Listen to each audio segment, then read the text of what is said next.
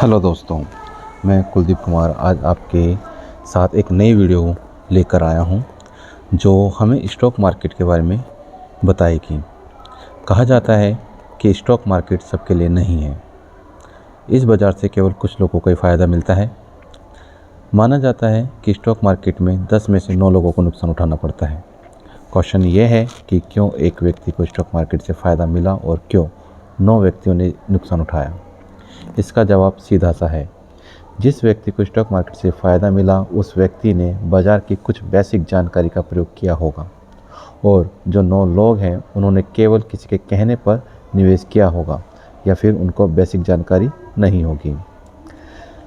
बिना stock market के जाने निवेश करना जोखिम भरा हो सकता है।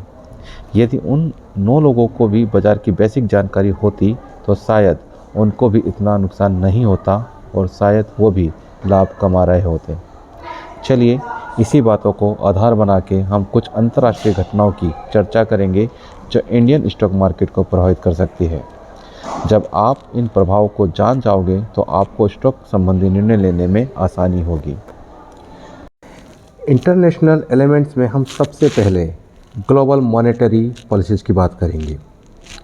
हर सेंट्रल बैंक समय समय पर monetary policies and interest rate को रिवाइज और रेगुलेट करता है ताकि इन्फ्लेशन को कंट्रोल किया जा सके और ग्रोथ की स्पीड को बनाए रखा जा सके।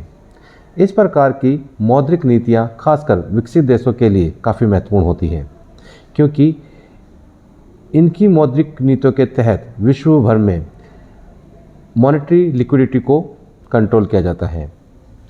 अगर एग्जाम्पल के तौर पे देखें तो देखते हैं, यदि यूएस का केंद्रीय बैंक या फेडरल बैंक ब्याज दरों को बढ़ा देता है तो यूएस में घरेलू ब्याज दर भी बढ़ जाएगी। इससे विदेशी निवेश यूएस की इकोनॉमी में आना स्टार्ट हो जाएगा, क्योंकि अब यूएस की इकोनॉमी ज़्यादा रिटर्न देने वाली हो जाएगी। इसी के अपोजिट जो एमर्जिंग मार्केट है जैसे कि भारत, यहाँ पे इन्वेस्टमेंट कम रिटर्न देने वाला हो जाएगा। कॉन्सिक्वेंटली क्या होगा कि लोग भारत से अपना पैसा निकालने लग जाएंगे या वे भारत में कम निवेश करेंगे या फिर वे अपने निवेश को भारत से अमेरिका में ले जाएंगे। इससे भारतीय बाजार पर नेगेटिव इफेक्ट पड़ता है। दूसरा मुख्य एलिमेंट जो है वह है ग्लोबल फिस्कल पॉलिसी।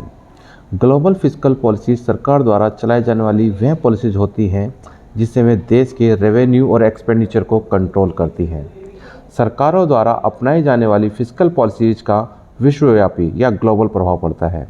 इस प्रकार की फिस्कल पॉलिसी से देशों की ब्याज दरों पर, टैक्स रेट पर, एक्सचेंज रेट पर और व्यापार क्षमताओं पर गहरा प्रभाव पड़ता है।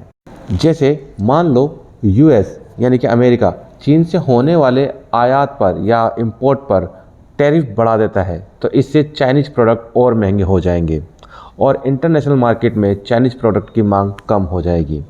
कॉन्सिक्वेंटली क्या होगा कि चाइना के कंपटीटर देश जैसे कि भारत में मैन्युफैक्चरिंग को बढ़ावा मिलेगा, क्योंकि भारत का प्रोडक्ट चाइना के प्रोडक्ट से सस्ता होगा। इससे भारतीय एक्सपोर्ट की क्षमता या कैपेसिटी बढ़ जाएगी और ये भारतीय बाजार को पॉजिटिव रूप से प्रभावित करेगा।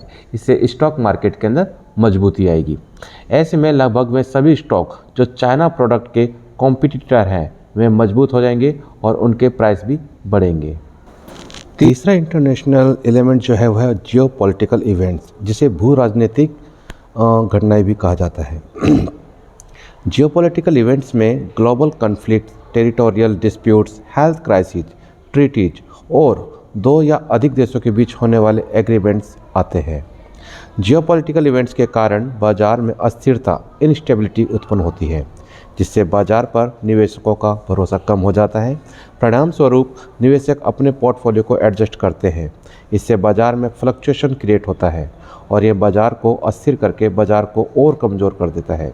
उदाहरण के तौर पर आप कोविड-19 और रूस यूक्रेन युद्ध वॉर की बात कर सकते हैं।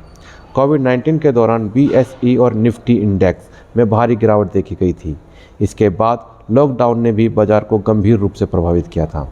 अगर आप गौर करें तो पाएंगे कि कोविड-19 और रशियन यूक्रेन वॉर ने मिलकर इंडियन स्टॉक मार्केट को गंभीर रूप से नुकसान पहुंचाया था। फाइनेंशियल ईयर 21 में Bombay stock exchange Sensex 4000 point तक टूट गया था। इसी के अलावा एक उदाहरण हम डीमोनेटाइजेशन का भी ले सकते हैं। डीमोनेटाइजेशन के समय भी बॉम्बे स्टॉक एक्सचेंज 1700 पॉइंट तक केवल 4 दिनों में ही गिर गया था। यह गिरावट लगभग 6.4% के बराबर थी। हालांकि बाद में सरकार ने कुछ ठोस कदम उठाए जिससे मार्केट में सुधार होना आरंभ हुआ था। चूँकि जियोपॉलिटिकल इवेंट्स मार्केट में अस्थिरता, इनस्टेबिलिटी क्रिएट करते हैं, सो हमें सतर्कता के साथ निर्णय लेते हुए निवेश करना चाहिए। कमोडिटी प्राइस भी इंडियन स्टॉक मार्केट में अपना एक महत्वपूर्ण रोल प्ले करती हैं। अतः हमारे इंटरनेशनल एलिमेंट्स के अंदर जो फोर्थ एलिमेंट है वो कमोडिटी प्राइसेज ही है। बाज़ार में कमोडिटीज़ रॉ मटेरियल्स को कहा जाता है। ये प्राइमरी प्रोडक्ट भी होते हैं जिनका उपयोग प्रोडक्शन प्रोसेस में किया जाता है। इनका व्यापार विशिष्ट मार्केट में होता है जहां इन्हें खरीदा एवं बेचा जाता है। जैसे एग्रीकल्चरल प्रोडक्ट के रूप में ग्रेन्स को खरीदा और बेचा जाता है, एनर्जी प्रोडक्ट के रूप में ऑयल को, और मेटल के रूप में सोने या चांदी जैसी कमोडिटीज़ को खरीदा या बेचा जाता है। भारत ऑयल और मेटल आदि को भारी मात्रा में इंपोर्ट करता है।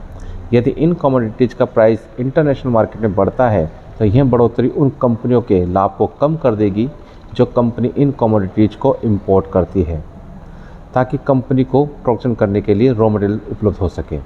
निश्चित रूप से इन कंपनियों के स्टॉक प्राइस कमज़ोर हो जाएंगे और इन स्टॉक के प्राइस गिरने की संभावना अत्यधिक होगी। वहीं दूसरी ओर भारत टेक्सटाइल और कुछ विशिष्ट एग्रीकल्चरल प्रोडक्ट को एक्सपोर्ट करता है। इन कमोडिटीज़ का प्राइस बढ़ने पर कंपनीज की अर्निंग बढ़ जाती है। इससे कंपनीज के स्टॉक को मजबूती मिलती है।